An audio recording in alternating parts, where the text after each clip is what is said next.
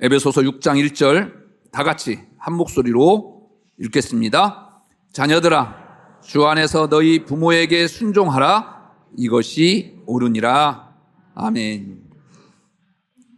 우리 시온 찬양대 찬양을 들으면요, 감동이 있어요. 찬양이 참 깊이가 있습니다. 감사를 드리는데 그거보다도 더 여러분들 찬양하는 모습이 아름답습니다. 이런 때만 아멘하고, 여러분들의 그 삶 또한 찬양할 때처럼 늘 아름답게 꾸며가시기를 바랍니다. 오늘 3부 예배에 나오신 여러분들의 삶 또한 아름답습니다. 최고의 멋진 인생을 꾸려나가는 여러분들 되시기를 주의 이름으로 축복합니다. 밥 먹어라, 씻어라, 일찍 자라. 보통 어머니들이 자녀들에게 똑같이 하는 말이지만 저는 그런 간섭이 싫었습니다. 제가 성인이 된 후에도 어머니의 간섭은 전혀 변함이 없었지요. 그런 어머니에게서 벗어나기 위해 저는 서울로 무작정 올라가 자취를 시작했습니다. 직장까지 다니게 되면서 1년의 명절 때나 겨우 어머니를 찾아뵙곤 했습니다. 몸이 멀어지면 마음도 멀어진다고 했나요? 그렇게 저에게 어머니의 존재는 점점 멀어져만 갔습니다. 그래서 몰랐습니다. 어머니가 치매에 걸리셨다는 사실도. 오랜만에 만난 어머니는 이미 증상이 많이 진행되어 몸이라는 감옥에 갇혀 계셨습니다. 예전에 그만 자고 일어나서 밥 먹으라며 제 등짝을 후려치던 활기 넘치던 모습은 어디로 사라져 버린 것일까요? 식사 시간이 되어 간호사들이 이끄는 대로 요양원 식당에서 멍하니 앉아있던 어머니에게 음식이 담긴 식판을 가져다 드렸습니다. 그러자 어머니가 당신의 손에 쥐어준 숟가락을 저에게 불쑥 내밀며 말씀했습니다.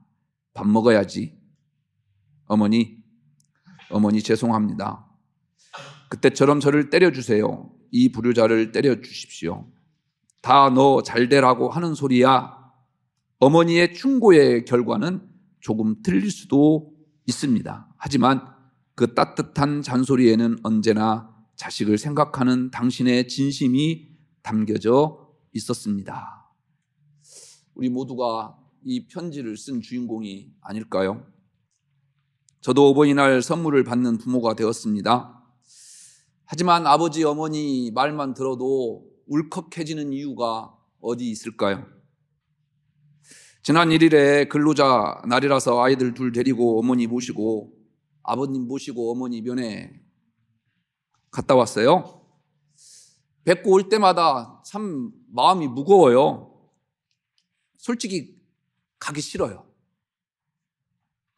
더 좋아지실 리가 있겠습니까? 뵐 때마다 더 연약해지시는 부모님을 두고 오는 마음이 자식으로서 참 발걸음이 떼어지지가 않습니다. 늘 어머니가 하시는 말씀이 있었어요. 놀지 말고 공부 좀 해라. 그만큼 제가 놀기만 했는가 봅니다. 그 당당하셨던 어머니의 목소리는 어디로 갔는지 모르겠습니다. 면회 때 아내나 아이들을 가리키면서 어머니에게 이게 누구냐라고 물었죠. 그저 멍하니 쳐다보고 계십니다. 꼭 유치원 아이들에게 질문하는 말 같지 않은 질문을 받아야 하는 어머니가요, 참 속상해요. 저희 어머니만큼은 늘 당당하실 것 같았고요. 잔소리 더 많아지실 줄 알았습니다. 이제는 그 잔소리가 그리워지네요. 말씀 준비하면서 옛날 얘기가 생각이 났어요. 청개구리 이야기입니다. 옛날에 청개구리와 어머니가 살고 있었죠. 이 청개구리는 어머니 말 어찌 그렇게 반대로만 행하고 듣지 않는지 모르겠습니다. 어머니가 이렇게 하라고 하면 저렇게 합니다. 저렇게 하라고 하면 이렇게 하는 청개구리였습니다. 엄마 청개구리가 병이 나서 죽게 되었죠. 죽기 전에 내가 죽거든 냇가에 묻어달라라고 유언을 했지요. 그렇게 할 수밖에 없었던 사정이 있었죠. 분명히 내가 냇가에 묻어달라고 하면 산에 묻을 거다라는 생각 때문이었습니다. 그런데 청개구리는 어머니가 자기 때문에 돌아가셨다라고 하는 죄책감 때문에 엉엉 울었습니다. 그래서 이제 어머니의 유언만큼은 들어주어야겠다라고 해서 냇가에 무덤을 만들어 드렸죠. 그런데 어머니를 묻고 나니까 비가 옵니다. 청개구리는 걱정입니다. 비가 내려 개울가에 있는 어머니의 무덤이 쓸려 내려갈까 걱정이 되어 청개구리는 비가 오기만 하면 그렇게 개굴개굴 운다고 합니다. 이 개구리의 울음소리가 제 울음소리는 아닌지요? 혹여라도 여러분들의 어머니, 아버지의 울음소리는 아닐런지요? 부모님이 살아계시는 동안 부모님께 특별한 효도는 못해도 할 만큼을 한다고 생각하는 것이 우리 자식들이죠. 핑곗거리도 참 많습니다. 저부터도 그렇습니다. 자식들 뒷바라지하기 위해서 써야 할 돈도 많고 공들여야 할 시간들도 참 많습니다. 그래서 이것저것 스스로 이것이 부모다, 내리사랑이다 라고 하면서 자신을 위로하기도 합니다. 그런데 부모님이 어느 순간 우리 곁을 떠나고 나면 후회를 합니다. 부모님이 열심히 살라고 할 때 열심히 살 걸, 부모님이 믿음 생활 잘하라고 할 때 잘할 걸, 부모님 살아계실 때 모시고 함께 여행이라도 한 번 더 다녀올 걸, 다 후회만 됩니다. 그런데 왜 부모님이 연약해지고 우리 곁을 떠나서 이것을 깨닫게 될까요? 이런 우리에게 오늘 성경은 부모를 공경하라 말씀합니다. 그것이 옳은 길이랍니다. 흔히 에베소서를 교회론과 구원론을 설명하는 책이라고 이해하죠. 틀린 말 아니지만요, 결코 교회론이나 구원론을 체계적으로 제시하거나 그것을 설명하려고 하는 목적으로만 쓴 글이 아닙니다. 바울은요, 갓 교회 안에 들어와 있는 이방인들에게 무엇인가 이야기하고 싶은 이야기가 있었어요. 이 교회라는 것이 유대인들의 전통에 의해서 수백 년, 수천 년 동안 이어져 내려와서 유대인들만의 종교가 유대교였습니다. 그런데 예수라고 하는 사람이 와서 이제 새롭게 신설이 되었는데 결국은 그 하나님을 섬기는 곳이 교회라는 것이죠. 그런데 유대인이 아닌 이방인으로서 왜 하필이면 내가 이곳에 있어야 할까 의문 듣는 사람들이 바로 이방인들이었습니다. 그들에게 바울은 무엇인가 하고 싶은 이야기가 많았습니다. 그래서 바울은 먼저 교회에 대해서 설명하지요. 교회는 구원받은 자들이 예수 그리스도를 머리로 해서 형성된 공동체다. 그래서 교회가 마땅히 추구해야 하는 것이 연합과 일치라는 겁니다. 예수님이 유대인들만을 위해서 온 것이 아니라 온 인류를 구원하기 위해서 십자가를 지셨기 때문입니다. 그래서 교회 내에는 유대인이나 이방인이나 구별이 없다라는 것이죠. 교회는 태초부터 하나님의 섭리에 따라서 구약시대를 지나서 그 연장성상에 있는 것이 지금의 신약의 교회다라는 것을 강조하고 싶었던 것이 바울이었습니다. 이방인까지 포함하게 된 신약교회가 역사적으로 정통적으로 구약교회와의 연속성이 있음을 설명하죠. 이것이 에베소서의 가장 핵심적인 메시지입니다. 그래서 바울은 앞부분에서 그리스도 교회의 역사성과 유일성에 대해서 설명합니다. 그런 후에 성도들이 교회 안에서 일치와 연합함을 이야기합니다. 그리고 성도들의 올바른 삶에 대해서 이야기합니다. 이런 연속성 가운데 오늘 본문을 보아야 합니다. 5장 22절에서 33절에서 바울은 그리스도와 교회처럼 신비한 연합 관계에 있는 것이 있다. 그것이 바로 부부다라고 이야기하지요. 아내는 남편에게 교회가 그리스도에게 하듯 복종해야 하고 남편은 아내에게 그리스도께서 교회에게 하듯 사랑해야 한다라는 거예요. 이것이 부부예요. 일반적으로요, 기독교가 아주 오래된 종교이기 때문에 남존 여비 사상 속에서 쓰여진 책이 아닐까 이야기하는데 절대 그렇지 않습니다. 아내는 남편에게 복종해야 합니다. 그런데 그 아내를 사랑해야 하는 남편은요, 그리스도께서 교회를 사랑한 것처럼 해라는 거예요. 그럼 어떻게 해야 됩니까? 죽어야 돼요. 예수 그리스도는 이 교회를 사랑하기 때문에 죽으셨어요. 이 땅의 모든 남편들이여 죽으십시오. 아멘 안 하는 거 보십시오. 그만큼 아내를 사랑해야 된다는 거예요. 동등하게 아내와 남편은요, 사랑받을 자격이 있는 것이 우리 기독교의 부부관계입니다. 오늘 본문에서 가족관계에 있어서 자녀와 부모 사이의 관계를 이야기합니다. 더 나아가서 이제 5절에서 9절 말씀까지는 상전과 종의 관계까지 미치게 되죠. 바울은 자녀와 부모 사이의 관계에서 자녀가 부모에게 마땅히 해야 할 도리가 있다 이야기합니다. 순종입니다. 자녀가 부모에게 순종해야 함을 주 안에서 해라 이야기합니다. 부모에 대한 순종이 주 안에서 이루어져야 할 이유는 하나님께서 이 계명을 주신 것이기 때문입니다. 인간은 하나님 말씀에 순종해야 합니다. 부모는 하나님의 대리인으로 자녀들에게 주신 거예요. 여러분들의 부모는요, 가정에서 하나님의 대리인이다라는 것이 우리 기독교의 핵심 가정이에요. 그러니까 여러분들의 부모에게 하는 것이요, 곧 하나님께 하는 것입니다. 여러분들의 부모는요, 곧 하나님과 같은 권위를 갖고 있습니다. 그래서 하나님께 하듯 부모에게 하는 것이 하나님의 뜻이다라는 겁니다.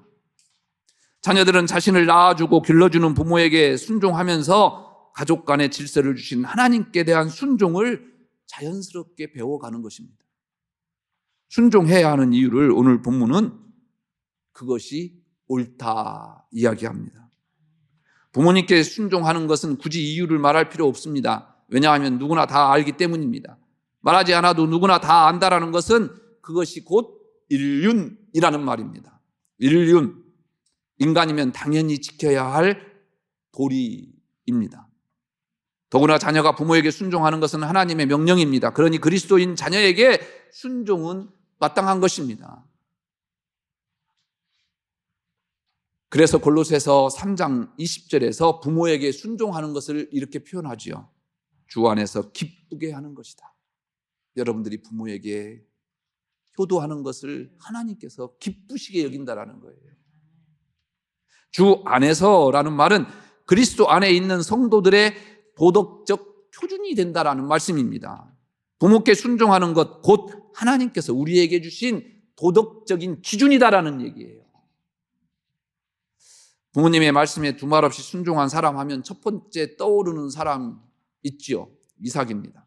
이삭은 아브라함이 100세 때 얻은 아들이에요. 생각해 보십시오. 100세 때 얻은 이 아들 눈에 넣어도 아프겠습니까? 얼마나 애지중지하면서 키웠겠습니까? 해달라는 것 다 해줬겠지요. 만약 이렇게 컸다면 이삭은 예의도 없고 말도 안 듣고 버릇없는 아이로 자랐을 것입니다. 그런데 그 사랑을 받았던 이삭은요, 순종까지 잘합니다.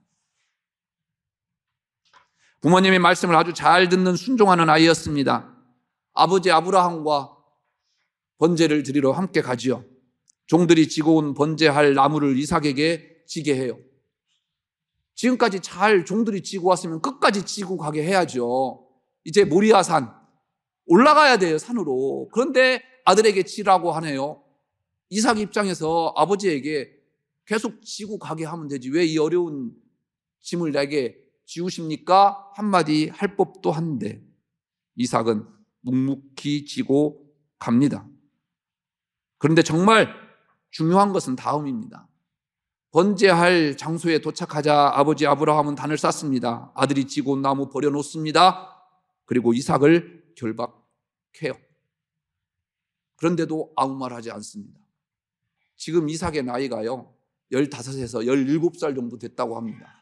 그러면 아브라함은 몇 살입니까? 100세 때 얻었으니까 115이에요. 117이에요. 자기를 묶어서 그 제단 위에 올려놓는데 순종하시겠습니까?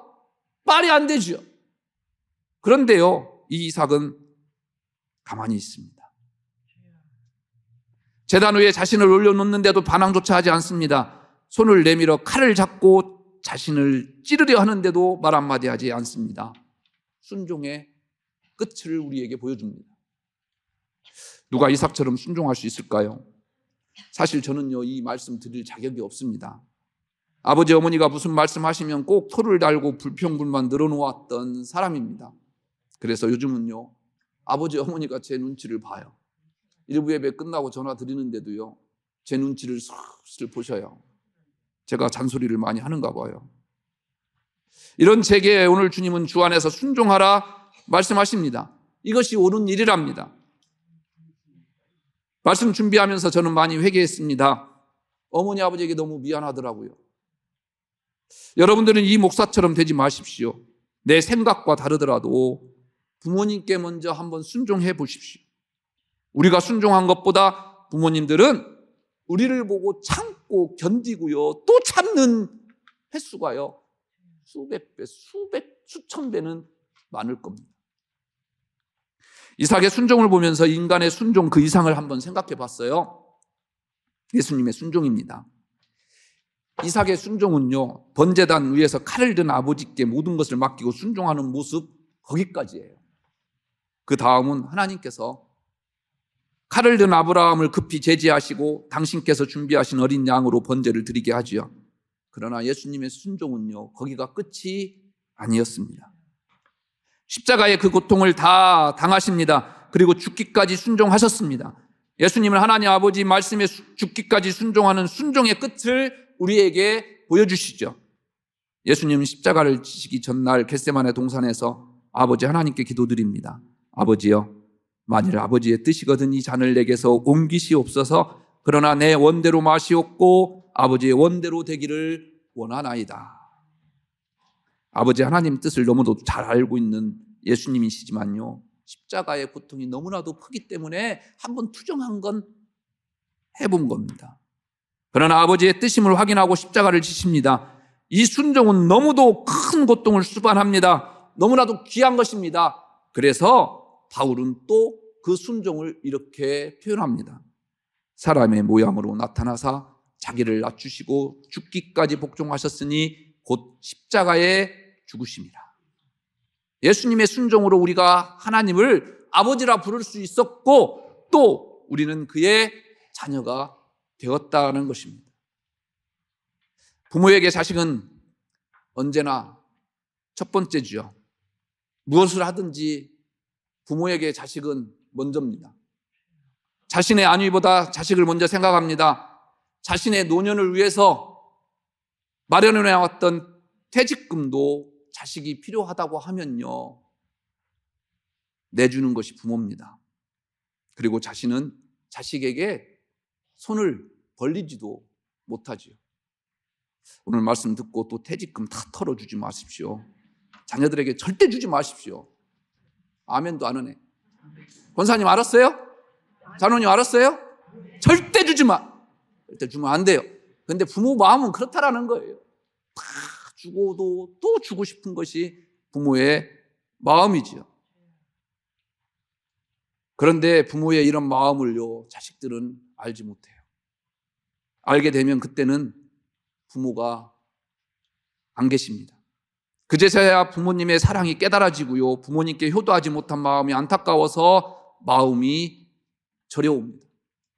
왜 사람은 부모님이 세상을 떠나야만 효도할 수 있는 마음이 생기고 여력이 생기는 것일까? 부모가 떠나시면 그때야 철이 드는 걸까요? 요즘 낭망닥터 김사부 3가 시작됐어요. 참 재밌어요. 한번 보세요. 저 주말 드라마만 봤는데 요즘 참 재미없어요. 진부하고 아주 왜 이렇게 끄는지 모르겠어요. 그리고 때마침 야구도 해서 야구를 봐요. 주말 드라마는 제가 안 봐요, 잘. 그런데 닥터 김사부는 봐야 돼요. 참 재밌고 감동도 있어요. 여기에 나오는 의사들만 같았으면 이 세상이 참 좋겠다, 그런 생각도 가져봅니다. 그런데 의사 선생님들도 참 나름대로 스트레스가 많겠다라는 생각이 들었어요. 저희들은 늘 성한 사람들만, 정상적인 사람들만 상대하는데 이분들은 정상적이 아닌 사람들만 상대하지 않습니까? 참 그래서 힘들겠다.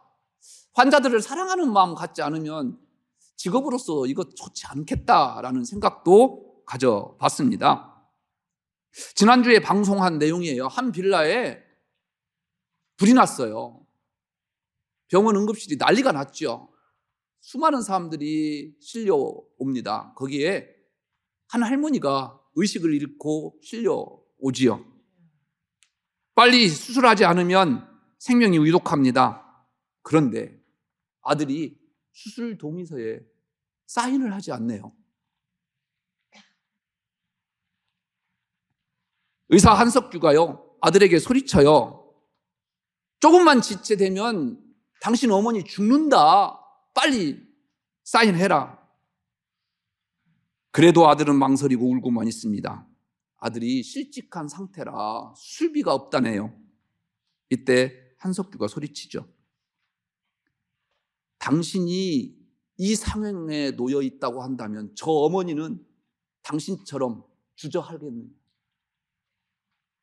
망설이고 계셨을까? 결코 그럴 수는 없습니다. 아무리 돈이 없다 하더라도 그럴 수는 없습니다. 아니, 어머니의 목숨을 내놓아서라도 아들을 살릴 수만 있다고 한다면 살려내지 않겠습니까? 왜요?